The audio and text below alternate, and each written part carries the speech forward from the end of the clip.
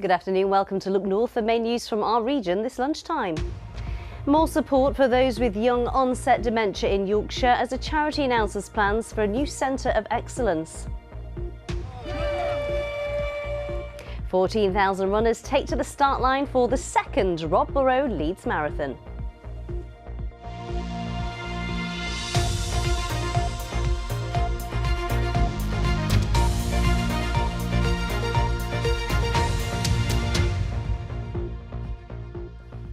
Good to have your company this lunchtime. A man from Harrogate, whose father has young onset dementia, has described the heartbreak of watching his dad become a shell of his former self. Mark Thickett was just 54 when he was diagnosed with the disease almost a decade ago. His comments come as the charity Dementia Forward has announced plans to create a new £1.2 million centre of excellence for young onset dementia in Yorkshire. It's the latest stage of their You and Me campaign to improve access to age-appropriate care. Last March, they helped to develop a bespoke care home for younger people in York, where Mark is now a resident. Our health correspondent Jamie Coulson has been looking at why the right setting can be so important. Hey Dad, how are you doing? It is constantly like losing the person you love. Every day they forget something that they've known their entire life. Every time they get your name wrong, it's like you're already watching them die every time. They are both not here, but they're also not gone yet. Mark Thickett was just 54 when he was diagnosed with young onset dementia. You can leave the spoon. Leave it on you. Yeah, leave it on your page so we don't lose it, that'll do. Now 63, the disease has slowly robbed him of the life he once lived. The disease is probably one of the most awful things I can think of. It's degrading, it removes dignity, it removes love, it removes connections, it removes safety. Remember that cheeky face? Mark moved into the Manor at St Catherine's last November, a new facility which caters specifically for those with young onset dementia. It was developed by Welburn Care Homes after an approach by the charity Dementia Forward, who'd been campaigning for more age-appropriate care. It's based around the model of a typical home, rather than a care home.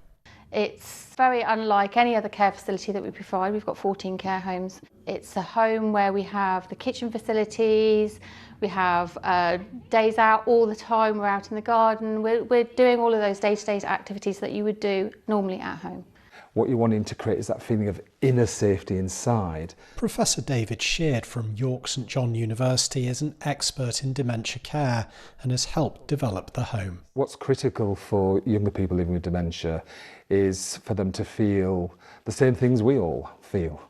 Loved, that we feel secure, that we have belonging, that we're busy and occupied, that we feel safe, and that we're in an environment that replicates as close as possible to the families that we've been living with, the homes we've been living in. Sending him to a place where everybody else was physically infirm or bedbound and 30 years older than him would have felt unfair. Oh look, they've got a little bird box. He came here and not only has it removed an entire weight of stress off my chest, but it's improved him so much. I still love my dad, he's still my dad, and the flashes of the old dads make the bad times worth it, because it is nice to see him again when he's there. Next this lunchtime, two rivers in Yorkshire have been given bathing water status. The River Did at the Lido Leisure Park in Knaresborough and the River Wharf at Wetherby Riverside have been chosen. It doesn't necessarily mean the water is clean, but it does mean the water quality will be monitored and action will be taken if it gets polluted. That enables the Environment Agency to carry out much more monitoring constantly throughout the bathing water period, which enables us to allocate resource, put pressure on, find out where the challenges are, if any, with water quality. So we can ensure that those who pollute are held to account, make sure that our water companies are putting the level of investment in to improve the quality of water, and also deal with those further upstream, agricultural runoff, and make sure that we're incentivising farmers to improve water quality so we have good rivers right across the country. New legislation banning sex offenders from changing their names has been accepted by government. Last year, the BBC found more than 700 registered sex offenders who had changed their name on official documents had slipped off the radar of police over the last 3 years. Rotherham MP Sarah Champion has been campaigning for the changes and sees the legislation as a first step to protecting victims. One of the biggest problems is it's only once someone's been convicted and sort of designated a registered sex offender that this legislation will come into act. Obviously, that means that someone's already been a victim. What I'd like to see is much more proactive, early intervention, money, resources being put into trying to stop people being exploited, being abused. The BBC drama Happy Valley was among the big winners at the BAFTAs last night. Sarah Lancashire picked up Best Actress and it won Best Memorable Moment for the scene where Sergeant Catherine Kaywood has a final showdown with Tommy Lee Royce in her kitchen. The third and final series, based in the Calder Valley, brought in a weekly average of 8.2 million viewers. Now, thousands of people took part in the Robborough Leeds Marathon yesterday. Well done if you were one of them. I hope you're not aching too much today.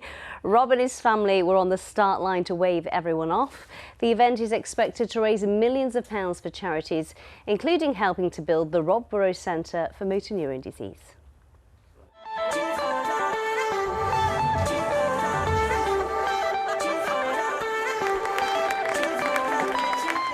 We're running for the Alzheimer's Society and I'm running for my dad. I'm running for motor neurone disease for Leslie. I'm running for MND for my friend Paul. Sadly missed, will always be missed. Thank you for making this an incredible event, and it's great to see Rob here alongside us, great to see Lindsay and the family. We know that they're at the centre of this. We'll keep banging the drum. 3, 2, 1. Good luck, everybody. Heading out on the Robborough Leeds Marathon. Every day, that's what she told me. Turn your magic on. To me, she'd say, everything you want's a dream away. Under this pressure, under this weight. Feel amazing, like the crowd's unbelievable. Unbelievable. Best race I've ever done in my life. The spirit in Yorkshire, the spirit in Leeds is something you can't recreate anywhere. It's the best city in the world.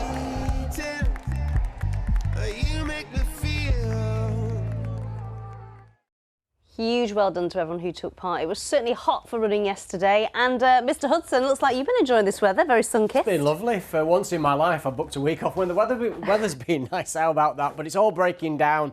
We are going to see quite a bit of rain to come tomorrow, very unsettled after this afternoon. So do enjoy it if you can, because it's going to be very pleasant over the next few hours. But low pressure will dominate our weather from Tuesday onwards. A wet day developing on Tuesday thereafter.